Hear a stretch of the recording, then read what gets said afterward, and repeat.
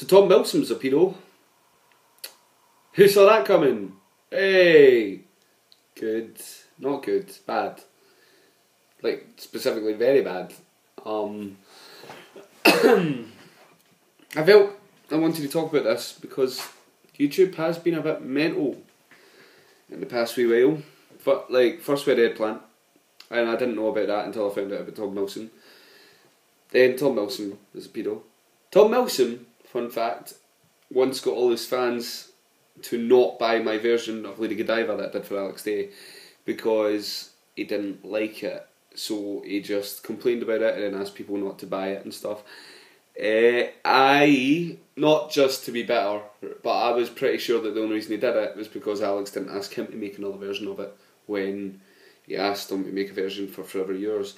Like, there was only a few people that got asked to do another one, and I was one of them. And that's not really important in the grand scheme of things when we're talking about paedophilia. Or was he a pedo? What? I know he was a sexual abuser. I just assume paedophilia because you know, she was like a fan and tends to be like, just statistically, young teenage girls that are fans of YouTubers. I'm fans of YouTubers, and I'm not a young teenage girl, so I'm kind of out of the demographic. Yeah. So we've got that. There was Alex Day's video that he's unlisted, which is still available to see if you can find the link, because I found the link, where he makes fun of fat girls. So, and a blind guy. Although the blind guy bit was really quite funny. I found it funny. All we need now is Charlie! No, I don't think Charlie's a pedo. I think Charlie's going to be one of the ones that isn't. Like, but then again, I don't know. Because even though it doesn't surprise me that Tom Milsom is a paedophile, as I'm saying it so nonchalantly, I don't mean to. Like, I'm just, like, it's hard to have an emotional response when it's been too drunk. I'm taking these off because you can see my reflection in them. It's hard to develop an emotional response to news like this because it happens all the time, and that's bad. That's a bad thing. Like, I would like to have an emotional response to it, but just like when you watch a sad advert of people poor in Africa, you stop feeling any sympathy or empathy for it because you've seen it so much. And that's a bad thing because we shouldn't be seeing it at all. So when this happens, we should all be, like, people that care more about, like, people that love Tom Milsom were probably a lot more shocked and upset. I was never particularly fond of him. It's like Ian Watkins, Lost Prophets. Like, I liked Lost Prophets' music, but I wasn't a fan. Like, I had 2 of their albums on my iTunes, and I would listen to it occasionally. But apart from that, like, when I found out the news, I was like, well, that's bad, that's really bad. But then, that's when the jokes start coming as a text message. Like, the Michael Jackson jokes became Ian Watkins jokes, and Jimmy Savile jokes. It's not good. It's not good that that's the kind of culture we're living in, where something like this happens and all we do is make jokes about it.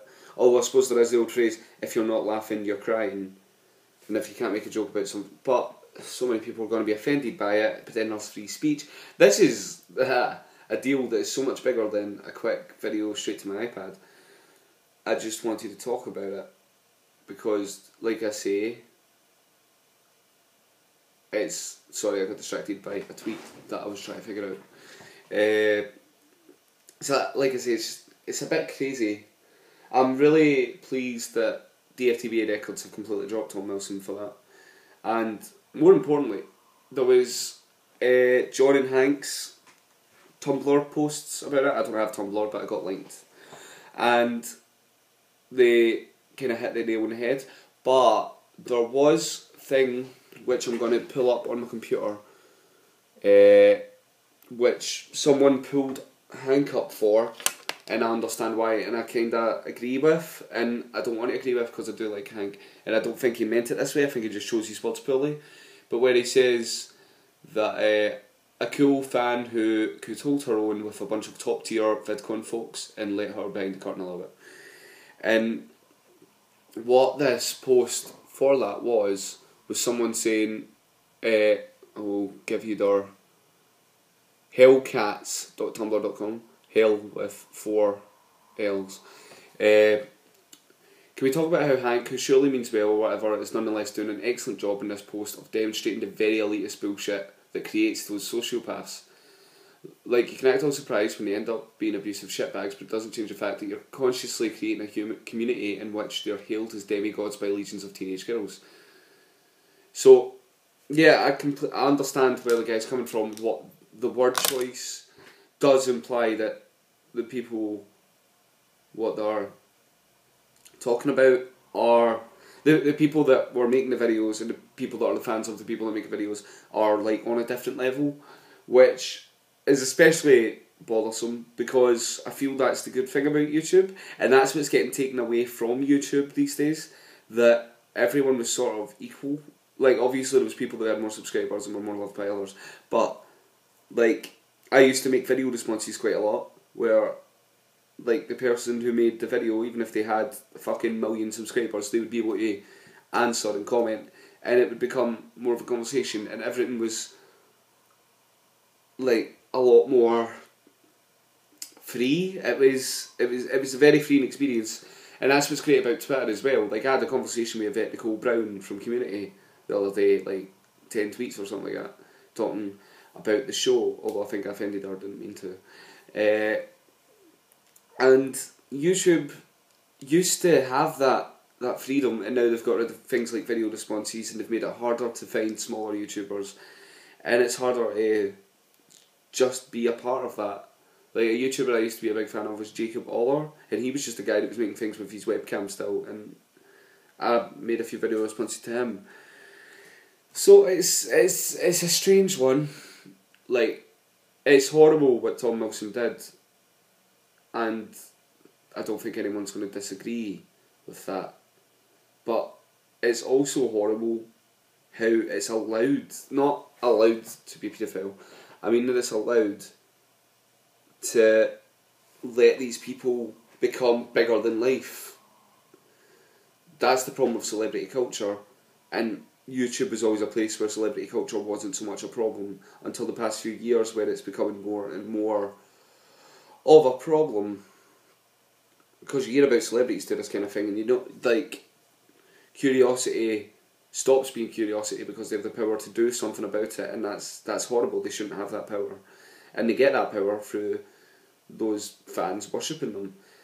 And then it goes on like this, like this medium in which I'm part of is becoming that same culture. People are becoming so big that their idle curiosities become more than that, and then they get power hungry, and this happens.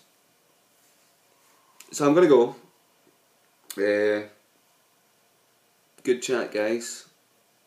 If you have any like thoughts, leave a comment or make a video response. Although there isn't a way to post a video response, what you do is make your video, upload it to YouTube, then tweet me at actuallydave, or email me at actuallydave@yahoo.co.uk and send me it, and I'll watch it and I'll understand the words, what you're saying. Okay.